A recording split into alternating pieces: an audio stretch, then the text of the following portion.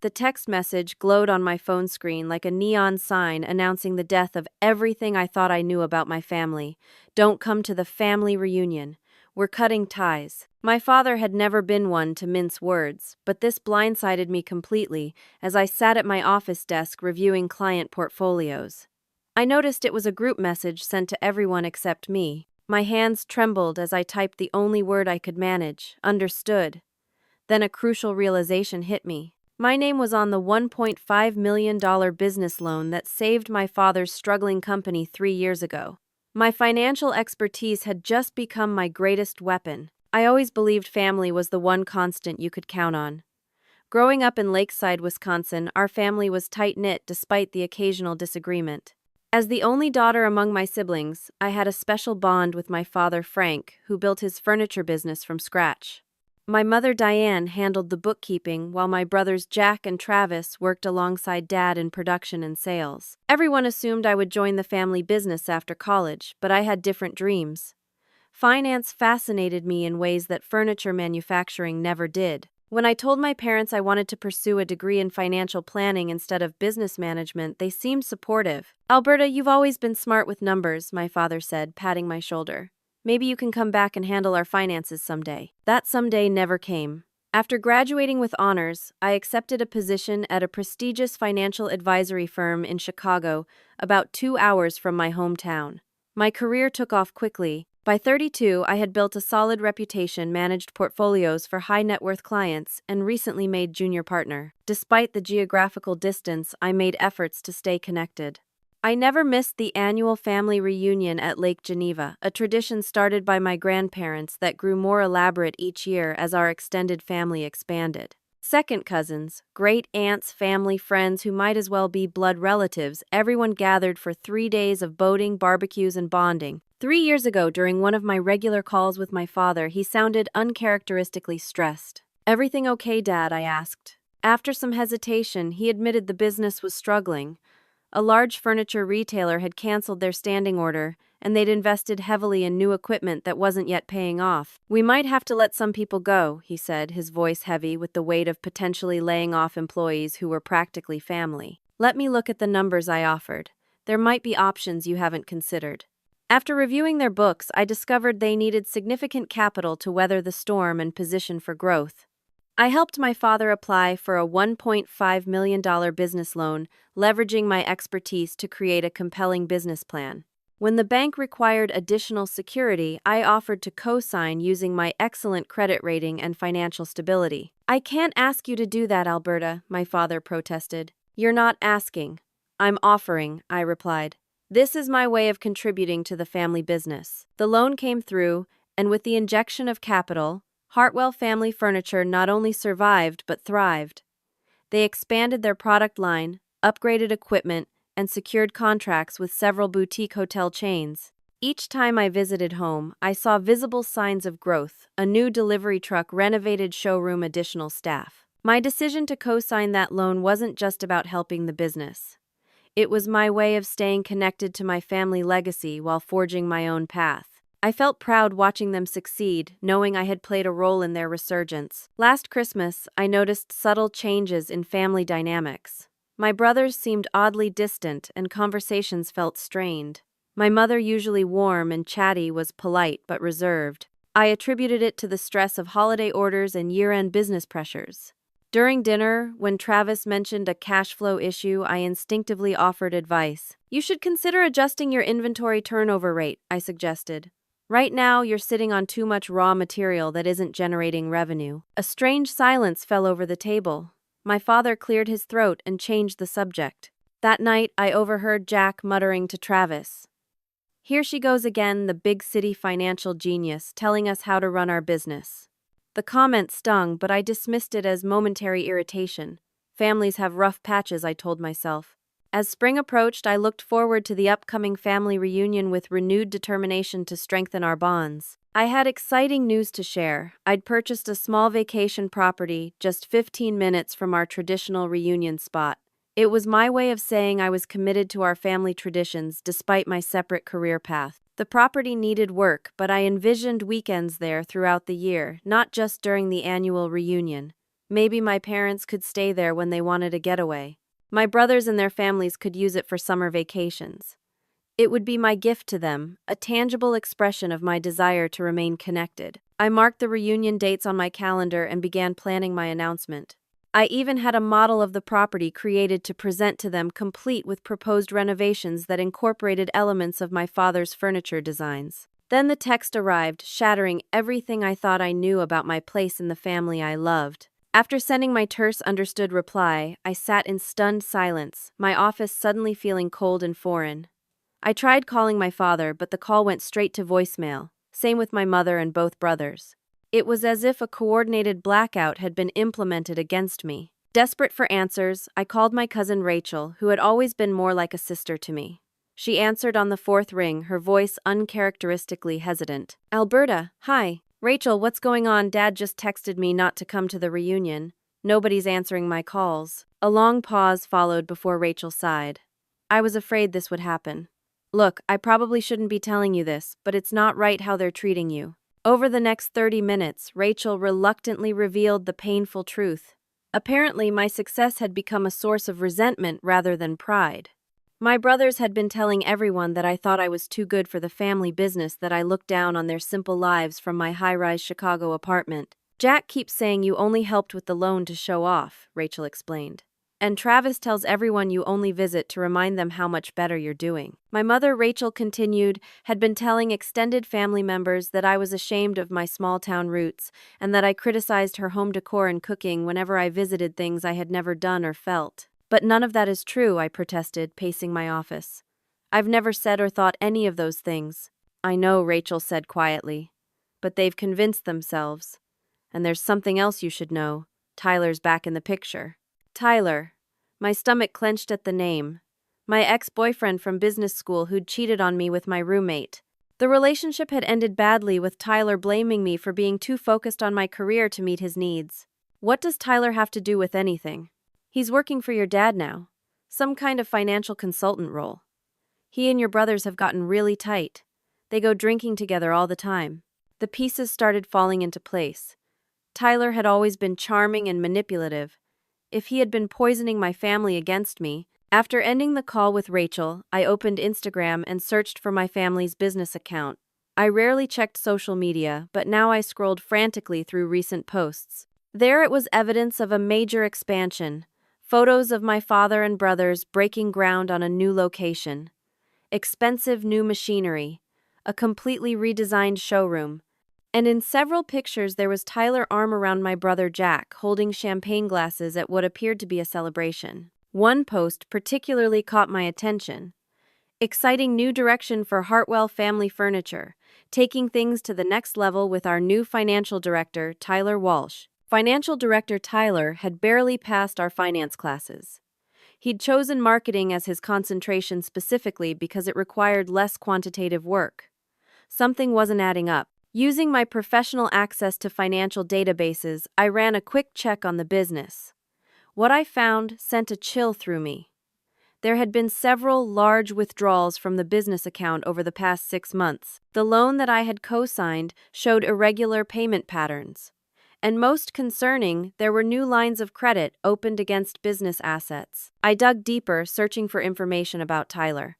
His LinkedIn profile listed an impressive but vague career trajectory with no specific companies named. No professional certifications were listed despite his new financial director title. As I continued investigating, another Instagram post stopped me cold.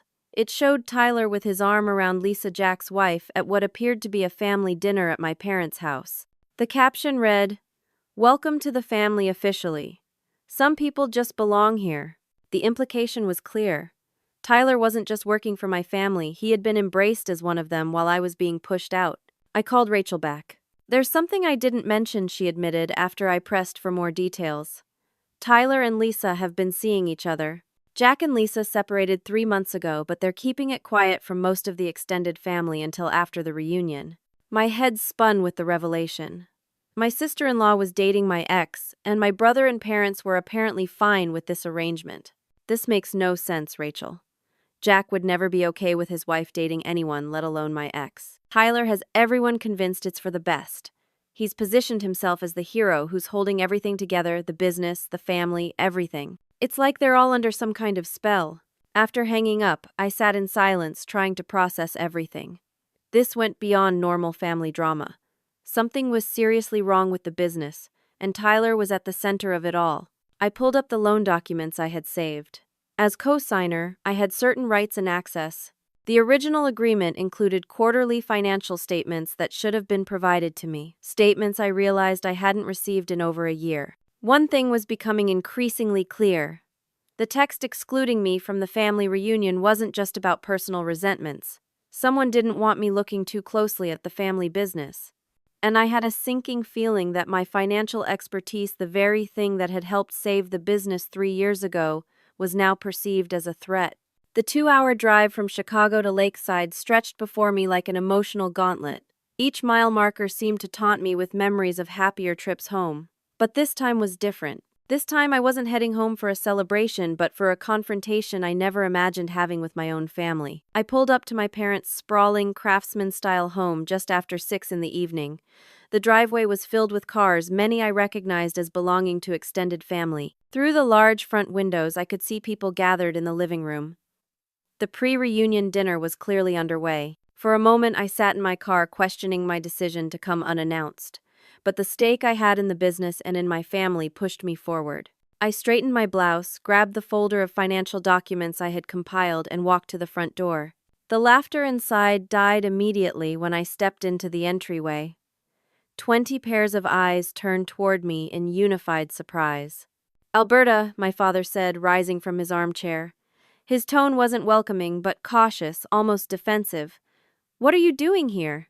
"I think we need to talk," I replied, trying to keep my voice steady despite the tension pulsing through the room. "This isn't a good time," my mother interjected, her hands nervously smoothing her apron. "We have guests." "I can see that. Hello, everyone." I nodded to the room full of aunts, uncles, and cousins. Some nodded back awkwardly. Others looked away. "You shouldn't have come," Jack said, stepping forward. Dad was pretty clear in his message. "Crystal clear," I agreed. "That's why we need to talk. Privately." "There's nothing to discuss," Travis added, joining Jack and forming a barrier between me and the rest of the room. "You made your choices, we made ours." "What choices are those exactly?" I challenged. "The choice to help save the family business. The choice to stay connected despite living in Chicago. Please enlighten me." An uncomfortable silence fell over the gathering. Some of the extended family members exchanged confused glances, suggesting they didn't know the full story. "You're embarrassing yourself," my father said quietly. "And us." "I think there's been a misunderstanding," I tried again, softening my approach. "If I've done something to upset everyone, I'd like to know what it is so I can make it right." "Oh, please," Jack scoffed. "Like you don't know.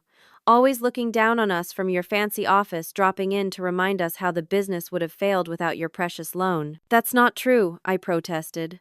You've never wanted to be part of this family," Travis interrupted. "Not really. You made that clear when you left for Chicago." The unfairness of the accusations stunned me. I had visited regularly, called weekly, and literally put my financial future on the line to help them. Then a new voice entered the conversation. "Hey everyone, I brought more wine from." Tyler stopped short when he saw me, his surprise quickly morphing into a smug smile. "Alberta." Unexpected surprise. Tyler looked exactly as I remembered him, tall, conventionally handsome, with that practiced smile that never quite reached his eyes. He set down the wine bottles and casually slipped his arm around Lisa, who stood nearby looking uncomfortable. "Tyler," I acknowledged coolly. "I hear congratulations are in order. Financial director is quite a title." Something flashed in his eyes before he regained his composure. "Just doing what I can to help the family." "Your family." The emphasis on your carried an unmistakable message. They were my family, but he was now more family than I was. "Dad," I said, turning back to my father, "can we please talk privately? It's about the business loan." A flicker of concern crossed my father's face before he nodded curtly. "Fine. In my office." As we moved toward his study, I noticed Tyler watching us intently, his casual demeanor replaced by something more calculated. Once inside the wood-paneled office that smelled of leather and pipe tobacco, the scent of my childhood visits to my father's workplace, I laid out the documents I had brought. There are irregularities with the loan payments I began, and significant withdrawals that don't align with normal business operations. My father waved his hand dismissively. "The business is better than ever." We've expanded, hired new people. The financial reports have never looked better. Have you actually seen those reports? I pressed. Because what I'm seeing indicates. What you're seeing is that we've outgrown your help, he interrupted. Tyler has taken us to the next level.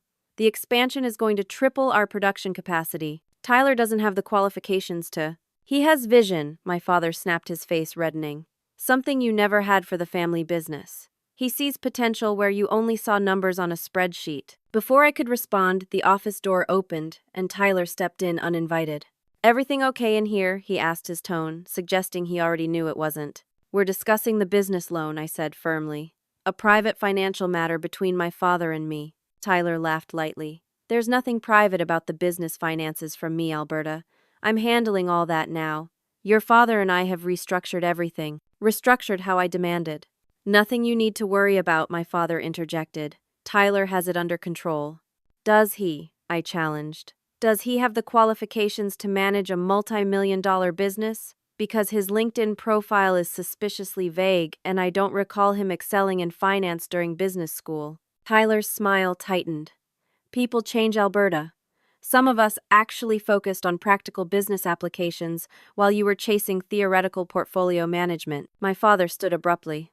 I think you should leave Alberta.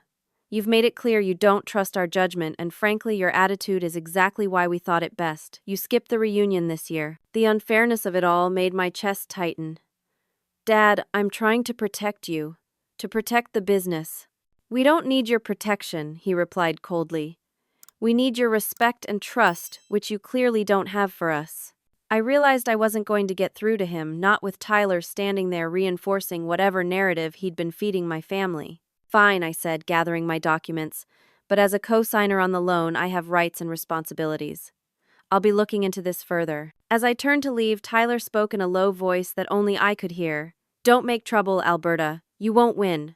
The threat in his tone was unmistakable. Walking back through the living room, I felt the weight of judgmental stares from relatives who had only heard one side of the story. My mother wouldn't meet my eyes as I passed. My brothers stood with arms crossed, united against me. As I reached the front door, Lisa approached hesitantly. Alberta, Don't, Jack snapped at his wife. She's made her choice. I left without another word, the door closing firmly behind me. But I didn't leave immediately.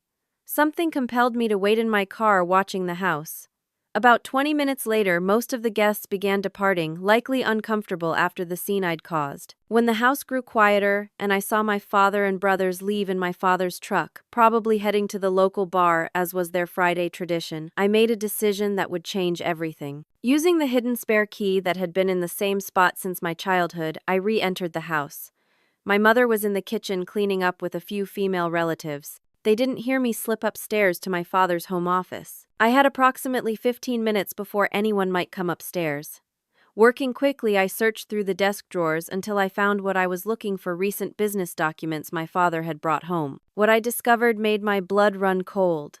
An application for a second mortgage on my parents' home. Falsified income statements showing the business making 3 times its actual revenue. And most damning of all, tucked in a folder labeled personal, a printed background check on Tyler Walsh revealing a prior arrest for financial fraud that had somehow been expunged from public records. My family had no idea who they had really welcomed into their business and their lives. And based on these documents, they were heading for financial ruin, while Tyler systematically positioned himself to walk away unscathed. I quickly photographed everything with my phone and replaced the documents exactly as I'd found them. As I carefully made my way back downstairs and out a side door, one thing became crystal clear. This was no longer just about being excluded from a family reunion. My family's entire future was at stake, whether they realized it or not. Back in my Chicago apartment, I spread the photographed documents across my dining table, creating a paper trail of deception that made my stomach churn. Sleep evaded me as I analyzed everything I'd discovered, connecting dots that painted an increasingly alarming picture.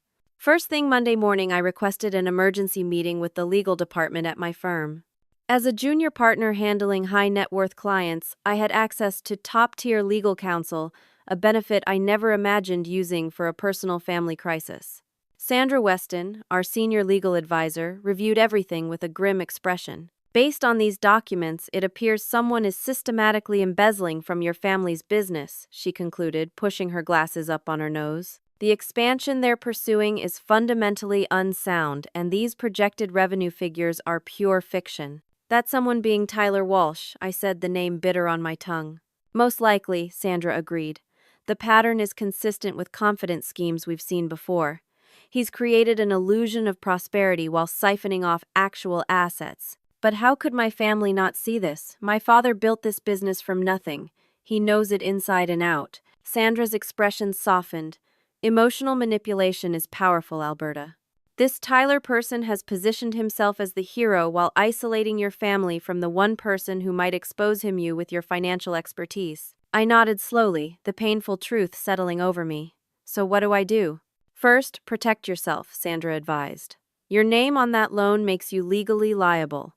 Then, if you want to help your family gather conclusive evidence they can't ignore, I spent the next 2 days meticulously building a case, pulling bank statements, analyzing cash flow, and documenting every suspicious transaction. I even hired a private investigator to look deeper into Tyler's background, uncovering 2 previous instances where he had insinuated himself into small family businesses before disappearing with substantial funds. When my case was complete, I composed a detailed email to my entire family attaching irrefutable documentation of Tyler's scheme and his criminal history. I kept the tone, professional and factual, focusing on protecting the business rather than personal grievances. My finger hovered over the send button as a wave of doubt crashed over me. What if they still wouldn't believe me? What if this pushed them further away? But the alternative, doing nothing while they headed toward financial ruin, wasn't an option. I hit send and waited. The response came 3 hours later in the form of a family conference call. My father had insisted everyone participate, including Tyler.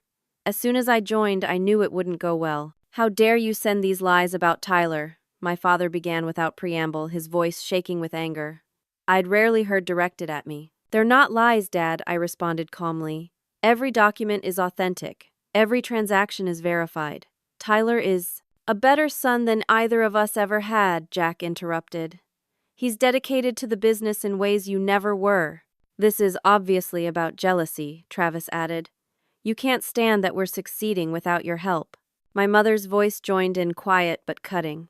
Alberta, you've always needed to be the smartest person in the room. But you left us. Tyler stayed. He's here every day working alongside your father while you're in your fancy Chicago office. Each accusation felt like a physical blow. These people who shared my blood, who had raised and loved me now, viewed me as an enemy. This isn't about me, I insisted. It's about protecting our family legacy. Dad, please look at the evidence. The business is heading toward bankruptcy, despite appearances. The expansion is funded with unsecured debt that— Stop, my father shouted. Just stop. I built this business with these hands. I know when it's thriving, and it's thriving now. Tyler has doubled our orders. Orders aren't profits, I countered. And the numbers don't add up. A new voice entered the conversation. Tyler's. I've stayed quiet out of respect, but this has gone far enough, he said, his tone perfectly calibrated to sound reasonable and hurt. Alberta, I understand you're upset about being left out of the reunion. I understand you might resent me for being accepted by your family. But fabricating these accusations is beneath someone of your professional standing. I haven't fabricated anything, I maintained. Everything is documented.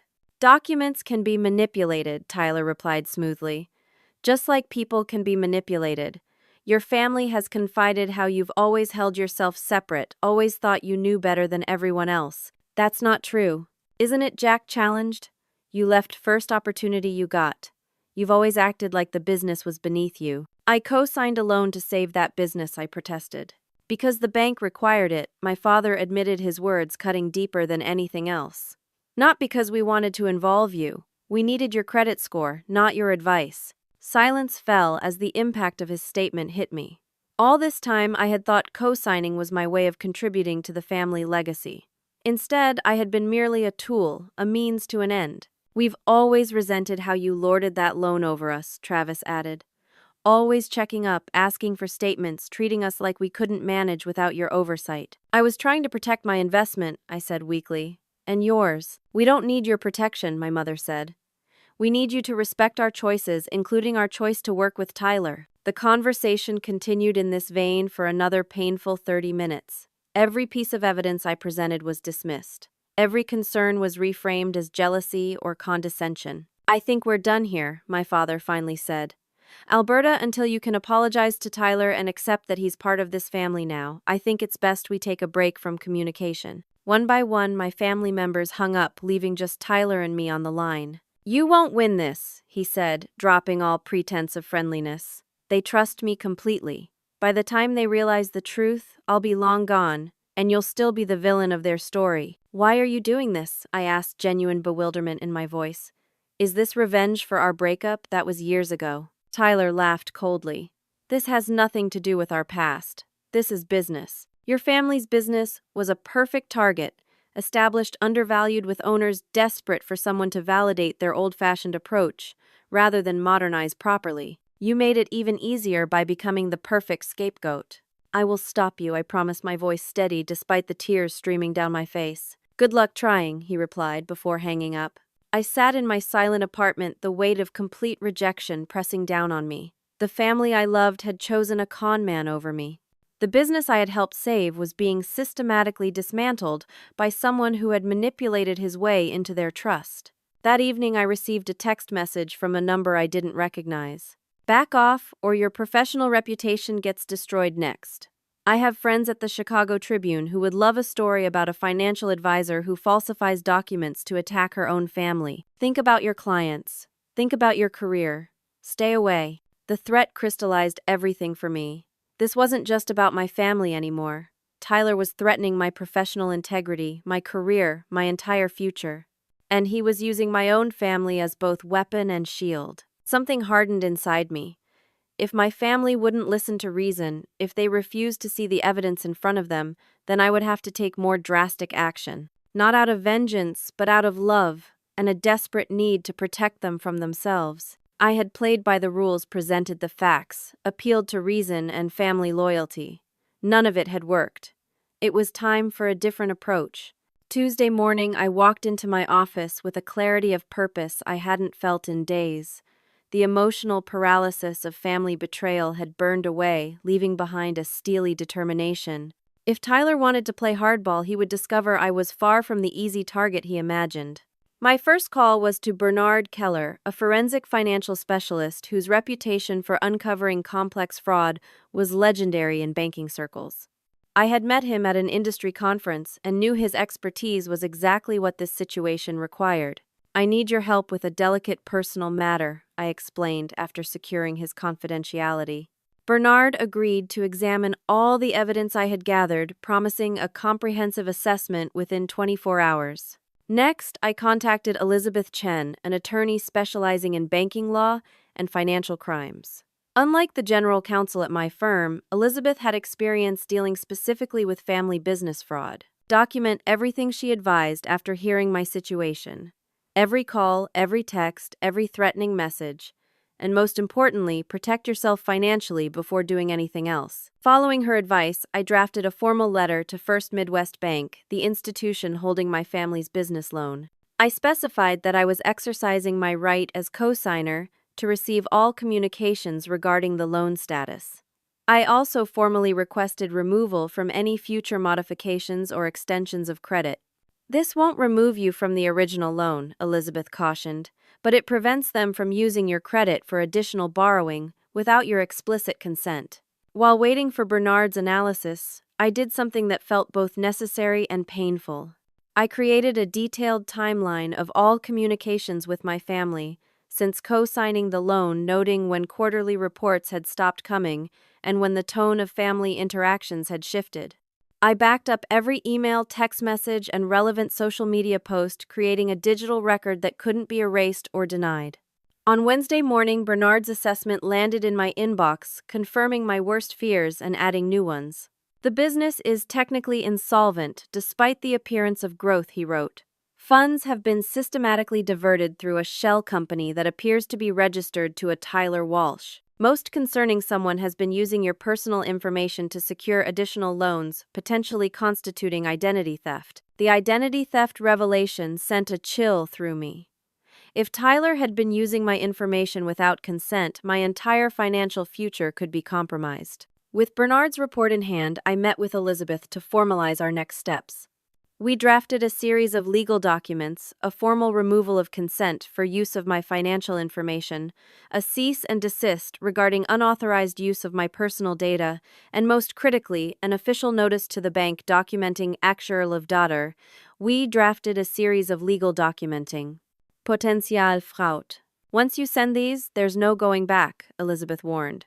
The bank will be legally obligated to investigate which could freeze business operations temporarily. I understand, I replied, signing each document with a steady hand. Protecting myself was only part of the strategy. I needed allies who could corroborate what was happening at the business itself.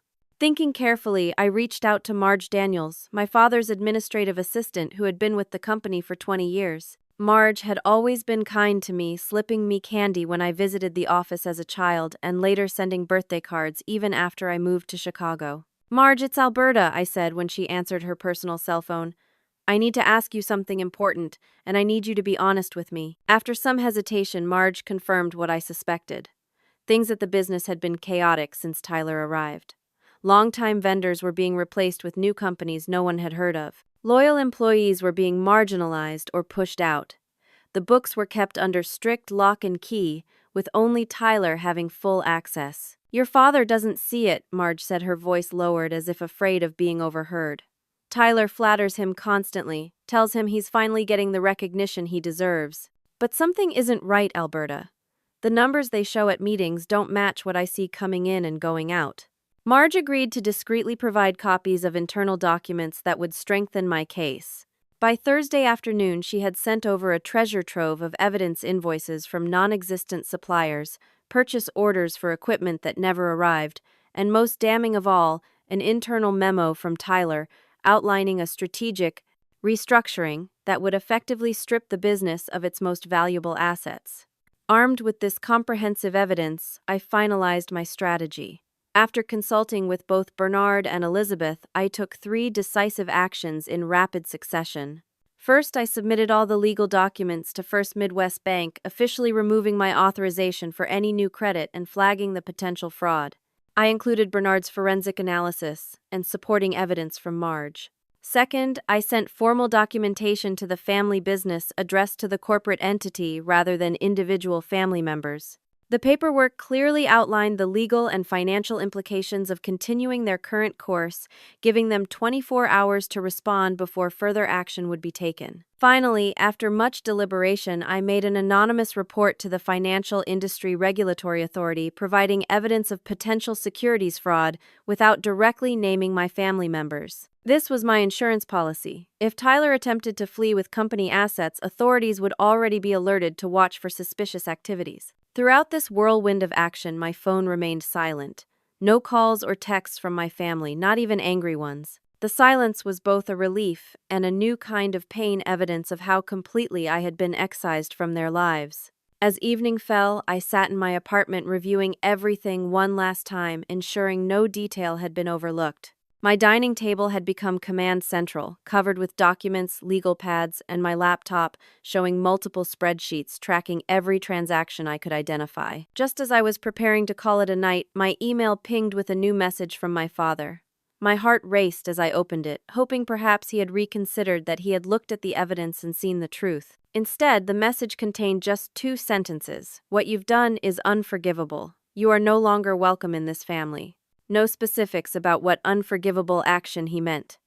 No acknowledgement of the documentation I'd sent, just final, complete rejection. I allowed myself exactly 5 minutes to cry. 5 minutes to feel the crushing weight of being disowned by the people who had raised me. Then I dried my tears and sent a reply consisting of 1 line, "I'm trying to save you whether you want it or not."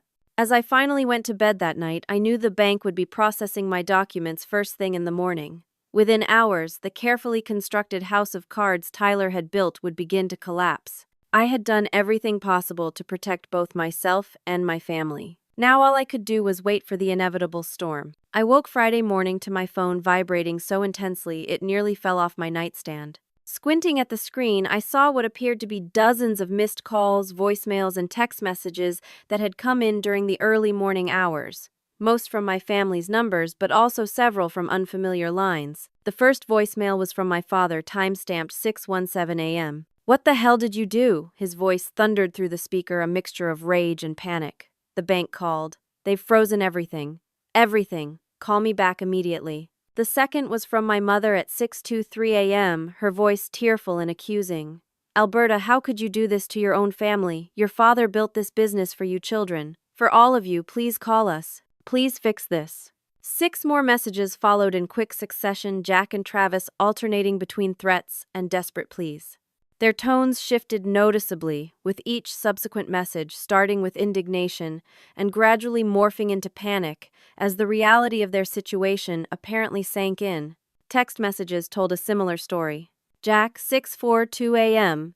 You backstabbing witch. You've destroyed everything." Travis, 6:55 a.m. Dad's talking about having a heart attack. If anything happens to him, this is on you. Jack, 7:12 a.m. The bank is saying there's evidence of fraud. They think we committed fraud. This is your fault. Travis, 7:30 a.m. Tyler isn't answering his phone. Where the hell is he? Jack, 8:01 a.m. Please call. We need to talk. It's an emergency. The most recent text came from an unknown number. Unknown, 8:17 a.m. This is George Winters, accountant for Hartwell Furniture. Critical situation developing with company accounts. Please contact me as soon as possible regarding your role as loan guarantor. I sat on the edge of my bed, absorbing the chaos unfolding through my phone screen. The bank had clearly initiated their fraud investigation protocol, freezing the business accounts pending review, exactly as Elizabeth had warned might happen. And Tyler, predictably, had vanished. Despite everything that had transpired, my first instinct was still to call my father immediately. But Elizabeth's careful coaching held me back. This was exactly the moment when I needed to maintain professional distance and let the legal process work. Instead, I called Elizabeth, updating her on the developments. "This is playing out exactly as expected," she confirmed. "The bank is doing their due diligence. Stay the course, Alberta. Direct all communication through proper channels." After showering and dressing for the day, I drafted a brief factual email to George Winters, the family's accountant. "Mr. Winters, I've received your message. As co-signer on the business loan, I've filed formal documentation with First Midwest Bank regarding potential unauthorized use of my financial information and irregularities in business accounting. I'm represented by Elizabeth Chen in this matter. Please direct all communication regarding the loan to her office. Respectfully, Alberta Hartwell." Throughout the day, calls continued flooding in. By noon, I had 68 missed calls showing on my phone. My father alone had called 23 times. My brothers combined for 35 attempts. The remaining calls came from my mother, the accountant, and various family members who had apparently been drawn into the situation. At 1:30 p.m., Rachel called. Unlike the others, I picked up. "It's absolute chaos," she reported, her voice hushed, as if she was hiding somewhere to make the call. "I'm at your parents' house. Everyone is here, your brothers, their wives, the accountant, even some of the employees. Tyler's completely disappeared. Apparently, he cleaned out his apartment last night." "Is everyone okay?" I asked, genuine concern overriding any satisfaction I might have felt. "Physically, yes. Emotionally, it's a disaster zone. Your dad keeps saying there must be some mistake, that Tyler would never do this. Your mom's been crying for hours." Jack threw a chair through the dining room window. "What about the business itself?" "The accountant says all accounts are frozen. They can't even process payroll for the employees. And Alberta." She paused. "They found documents showing Tyler transferred nearly $200,000 to an offshore account yesterday afternoon, right after you sent those legal papers." The timing confirmed what I had suspected. Tyler had been monitoring the business communications, saw my legal notices arrive, and immediately executed his escape plan. "There's something else," Rachel added. "Lisa finally admitted that Tyler broke things off with her 3 days ago. Said he was taking a job in California and couldn't do long distance. She's devastated. Apparently, she really believed they had something special. Just another victim of Tyler's manipulation." I felt no satisfaction in being proven right, only sadness for the destruction left in his wake. By mid-afternoon, the family's longtime bank manager, Harold Peterson, called me directly. Miss Hartwell, I've known your family for 20 years, he began, his tone grave. I approved the original business loan based partly on your father's reputation in the community. But what we're seeing here, he sighed heavily. The irregularities are substantial. We've initiated a formal investigation and have referred certain matters to the appropriate authorities. What happens to the business in the meantime, I asked. Operations are temporarily suspended, pending review. But I'll be honest, without immediate capital infusion and restructuring the business may not recover. After ending the call with Harold, I received an unexpected call from Marge at the office. The employees are all here with no work to do and no answers, she explained, her voice trembling slightly. Some of them have families to support, mortgages to pay. They're scared, Alberta. Tell them to hang tight, I assured her. I'm working on a solution. By evening, the tone of my family's messages had shifted dramatically. The accusations and anger were replaced by desperation and fear. My father's most recent voicemail captured it all. Alberta, the house is at risk. Your mother's beside herself. Whatever you think I've done wrong, please don't punish the entire family. We need your help, please. The mention of their house hit me hard. I knew their home had been offered as additional collateral for the business expansion, a fact they had concealed from me. Now, they faced losing not just the business, but their home of 40 years. Around 8 p.m., another unexpected call came through from Lisa, Jack's wife and Tyler's recent girlfriend. I didn't know who else to call, she admitted, her voice raw from crying. Jack's drinking himself into oblivion. Travis is talking about bankruptcy. Your parents are. They're broken, Alberta. And I can't help thinking this is partly my fault. I believed everything Tyler said about you. We all did. It's not your fault, I assured her. Tyler is a professional manipulator. He knew exactly what he was doing. There's more, Lisa continued hesitantly. 2 women called the house today looking for Tyler. They said they saw the business on his social media and wanted to warn us. Apparently, he did the same thing to their family's businesses in Minnesota and Wisconsin. By the time they figured it out, he'd disappeared with thousands of dollars. The pieces were falling into place with brutal clarity. Tyler's pattern of targeting family businesses, his method of isolating the most financially knowledgeable family member, his practiced charm that won over everyone else. It was all part of a calculated scheme he had executed multiple times. Later that night, after hours of consultation with Elizabeth Bernard and Harold from the bank, I reached a decision. It was time to meet with my family face to face. I texted my father, I'll be there tomorrow morning at 9. Have everyone present, including the accountant. And Dad, bring all business records, even ones Tyler kept separately. His response came immediately. Thank you. We'll be ready. As I packed an overnight bag for the trip to Wisconsin, my phone lit up with a call from a blocked number. Against my better judgment, I answered. You've ruined everything. Tyler's voice was cold, controlled fury. Do you have any idea what you've done? I've stopped you from destroying my family, I replied calmly. Where are you, Tyler? He laughed bitterly. Somewhere you'll never find me. But don't think this is over. You've made an enemy you can't afford, Alberta. You made an enemy the moment you targeted my family, I countered. And unlike them, I saw through you from the start. Tell yourself whatever helps you sleep, he sneered. But remember this, they chose me over you, their own daughter. What does that say about your precious family bonds? The call ended abruptly, leaving me standing in my bedroom with renewed determination. Tomorrow would be difficult, possibly the hardest family meeting of my life. But for the first time in days, I felt certain I was doing the right thing. Tyler's previous victims had reached out too late to save their family businesses. I had caught him in time before he could completely vanish with my family's legacy. Now I needed to help pick up the pieces and rebuild not just the business but the broken trust between us. As I finished packing, a text from Rachel arrived. They're ready to listen now. All of them. Come home, Alberta. Home. Despite everything, that's what it still was. And I was going to fight for it. The conference room at First Midwest Bank felt unnaturally quiet as I arranged my documents on the polished table. I had arrived 30 minutes early to prepare, working closely with Harold Peterson to ensure everything was in order. They're here, Harold announced, glancing through the glass wall toward the lobby. I stood as my family filed in, my father first looking 10 years older than when I'd last seen him a week ago. My mother, eyes red, rimmed from crying. Jack and Travis, both unshaven and haggard. George Winters, the accountant, clutching an overstuffed portfolio. and finally Marge from the office, who had been invited at my request. No one spoke as they took their seats. The tension was palpable, a physical presence in the room. "Thank you all for coming," I began, my voice steadier than I felt.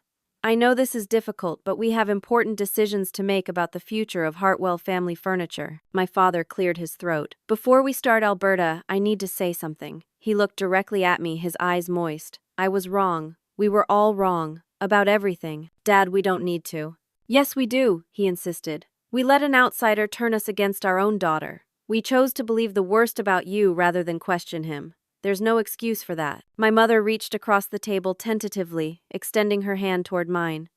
"We're so sorry, Alberta. So very sorry." The simple gesture nearly broke my composure, but I gently squeezed her hand before returning to business mode. This meeting needed to stay focused on solutions, not emotions. "Let's start with where things stand," I said, nodding to Harold. The bank manager outlined the current situation with clinical precision. The business accounts remained frozen. Tyler had indeed transferred $193,000 to an offshore account before disappearing. The business was technically insolvent with outstanding debts exceeding assets. And most concerning, the expansion had been funded largely through fraudulent loan applications using my personal information without consent. In normal circumstances, Harold concluded the bank would have no choice but to call in all loans and initiate foreclosure proceedings on both the business assets and the personal property used as collateral, including your home. My father's face crumpled at these words while my mother stifled a sob. However, Harold continued, "Given the evidence of fraud by a third party, and considering the family's long-standing relationship with our institution, we're open to exploring alternative solutions." I took over distributing folders to everyone present. "This is a comprehensive recovery plan I've developed with financial and legal experts. It's aggressive, but achievable." Over the next 2 hours, we methodically worked through the plan. It required painful concessions, selling the half-completed expansion property, reducing staff, temporarily returning to the company's core product line rather than the diversified approach Tyler had pushed. Most significantly, it required a new management structure with proper financial controls and transparency. "This is a 5-year rebuilding plan," I explained. "Year 1 will be the hardest, focused on stabilizing operations and paying down the most pressing debt. By year 3, we should see growth resuming. By year 5, the business should be stronger than ever, built on a more sustainable model." George Winters, who had been quietly reviewing the numbers, finally spoke up. "This could work. It's brutal but realistic. The core business was always profitable before the expansion." "What about the house?" my father asked quietly, the question that had clearly been weighing on him most heavily. "I've negotiated a separate arrangement for that," I explained. "The home equity loan will be restructured with extended terms, keeping payments manageable while the business recovers." "And what about the loan you co-signed?" Jack asked, speaking for the first time.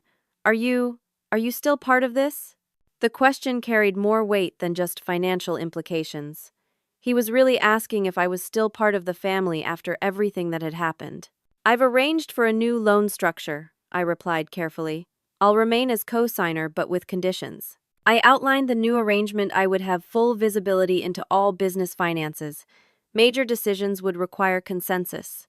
Proper accounting procedures would be implemented with regular external audits. And perhaps most importantly, I would take an active role as financial advisor to the business, though remaining based in Chicago. "So you're taking control," Travis said, a hint of the old resentment in his tone. "No," I corrected firmly. "I'm offering partnership. Dad still runs operations. You and Jack handle production and sales. I provide financial oversight to make sure nothing like this ever happens again.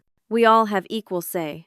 My father studied the proposal for several long moments. "This is more than fair, more than we deserve after how we treated you." "This isn't about what anyone deserves," I replied. "It's about saving a family legacy." Harold excused himself to consult with the bank's loan committee, leaving us alone to address the emotional aspects that had been simmering beneath the surface. "I still don't understand how we couldn't see it," my mother said, shaking her head. "How we could believe Tyler over our own daughter." "He was very good at what he did," I explained. "He identified vulnerabilities and exploited them. Your pride in the business, your desire for expansion, the natural distance that developed after I moved to Chicago. He used it all. He made us think you looked down on us," Jack admitted. Every time you offered financial advice, he'd later point out how it showed you thought we weren't smart enough to manage on our own. And we believed him, Travis added bitterly.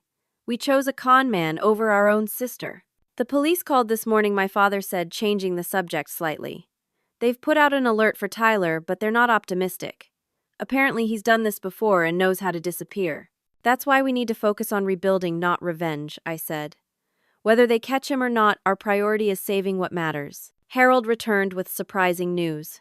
The bank's committee had approved our restructuring plan with one significant modification. They were offering more favorable terms than we had requested, based on my personal guarantee and professional reputation. They're taking a chance on the Hartwell family, Harold explained. Don't make them regret it. As the meeting concluded, the weight of recent events hung heavy in the air. We had a path forward, but the damage done, both financial and emotional, would take time to heal. Outside in the parking lot, my father approached me alone while the others headed to their cars. I don't know if you can ever forgive us, he said, his voice breaking. I said things. Terrible things. I know, Dad. When I said we only put your name on the loan because the bank required it, that wasn't true. I was proud to have your name alongside mine. Proud of what you'd accomplished. I only said it to hurt you because I was angry and afraid. I nodded, acknowledging both his confession and his pain. It'll take time, I said honestly, for all of us. But we're family, and that means something even when it's difficult. He hesitated, then asked the question that clearly terrified him. Will you come to the reunion next month? It won't be the same without you. Despite everything, I found myself smiling. I'll be there. I still have that surprise I wanted to share with everyone. Over the following months, our recovery plan moved from paper to reality. The transition was difficult, requiring long hours and tough decisions from everyone involved. I commuted to Wisconsin every other weekend, working alongside my family to implement new systems and rebuild customer relationships. 3 months after that decisive bank meeting, we held a small ceremony to reopen the showroom, which had been redesigned to showcase the company's heritage while embracing modern retail concepts. Local newspaper coverage highlighted the family business beating the odds in challenging economic times, with no mention of the internal crisis we had overcome. 6 months in, we were ahead of projections. The core business had stabilized, and employee morale was improving under more transparent leadership. My brothers, initially resistant to the new approval processes, had come to appreciate the clarity and security they provided. The real family reunion, rescheduled from its original date, took place at Lake Geneva as tradition dictated. There was an unspoken agreement among immediate family not to discuss the Tyler situation with extended relatives. Instead, we focused on moving forward. During the Saturday night dinner, I finally revealed my surprise: the vacation property I had purchased nearby. Though smaller than originally planned due to my financial commitments to the business recovery, it represented my commitment to remaining connected to my roots while building my separate life in Chicago. This isn't just my place, I explained as family members examined the pictures and property plans I'd brought. It's for all of us. A neutral ground where we can come together throughout the year, not just at reunion time. My mother hugged me tearfully. You bought this even after everything that happened, even when we pushed you away. I bought it because of everything that happened, I corrected gently. It reminded me how important it is to nurture the relationships that matter most. 1 year after the crisis, Hartwell Family Furniture celebrated its most profitable quarter since before the pandemic. The Family Business Excellence Award from the Wisconsin Small Business Association hung proudly in the reception area, recognition of our successful restructuring and growth. Tyler Walsh was eventually apprehended attempting a similar scheme in Arizona.